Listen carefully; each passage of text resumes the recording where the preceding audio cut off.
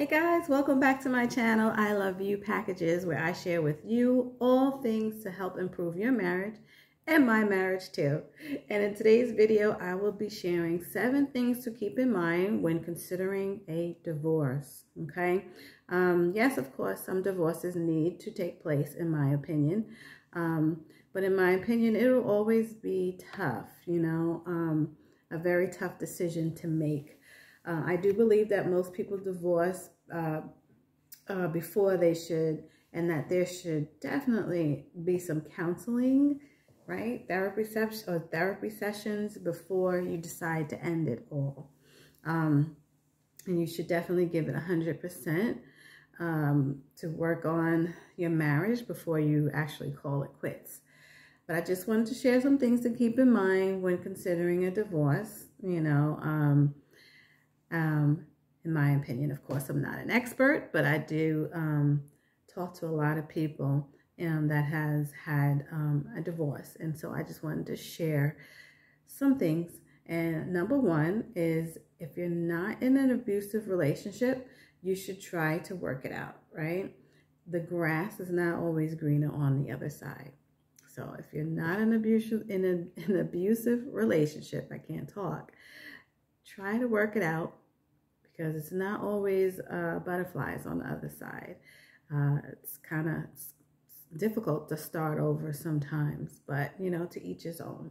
Number 2 is, remember, you're splitting up your family, right? If you have children, if you have a family, you're splitting up your family. And it's not only you that's going to be losing something, your kids is going to be losing their parent, right? They're not going to lose their parent totally, but they will be losing the presence of their parent, their father or their mother, living with them inside the home, right? Growing up with their parent. Yes, you can co-parent, that is a thing, but having both parents in the home is, it's just different, and it could be a problem for some kids, not all, but for some kids. Okay, so just keep that in mind, right? And I am aware that some relationships are toxic, and it's best to separate, but just keep that in mind. And also think about maybe getting some counsel for the child so that they can, adjust and go through it with someone to talk to, because, sometimes it does affect the child. Okay. Number 3, keep in mind that there will be some broken dreams and disappointments going on because you guys are separating and not continuing with your marriage. And there were some, dreams and plans that you guys had together, I'm sure. So there will be some broken dreams and some disappointments that you'll have to live with, right? It's over. So just keep that in mind, that you'll have to deal with that. And also you may have to get some counseling, to help you to get through with the divorce as well. Number 4, the cost of divorce, right? Not just the price, right? The price of the divorce that goes into it, but the time and efforts that go into the divorce, right? The decisions that have to be made, they can be taxing mentally, right? Taxing on the mind.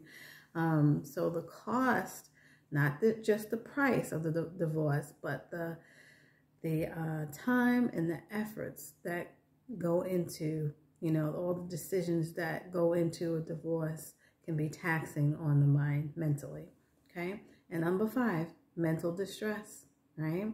It will affect you. It's going to affect you. Some people are just like happy, and they're just, it's the best decision that they made. More power to you.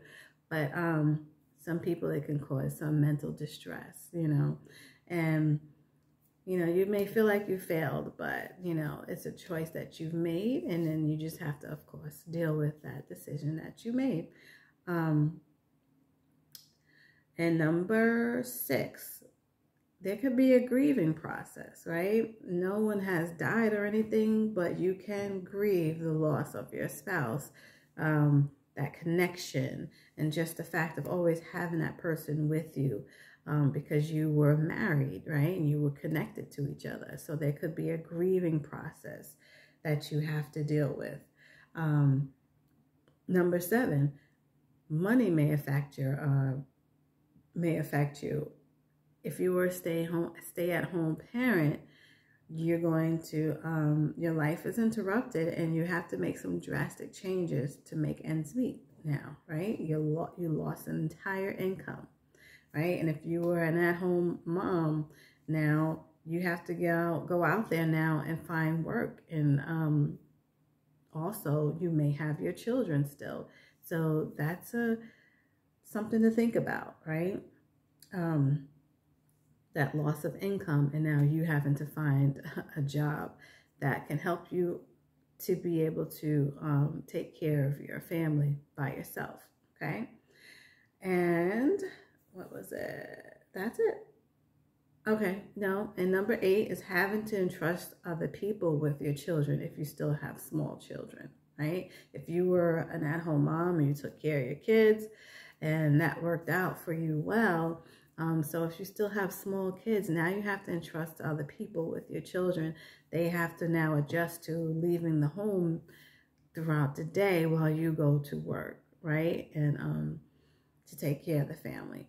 So those are just some things to keep in mind. Maybe, it may be worth it to work on the relationship, to get some counsel, to, help to overcome the issues that you're going through with your spouse. And so I really hope that this helps, and it gave you some things to think about. And of course, you make the best decision that is right for you and your spouse. And I wish you the best. I really do. Please, if this video has helped you, I hope, don't forget to like and subscribe to my channel. And also, if you're looking for simple and effective ways to help improve your marriage, don't forget to check out our His and Her To-Do List Marriage Challenge Journal. And the link is in the description box. And I will see you guys in the next video. Take care.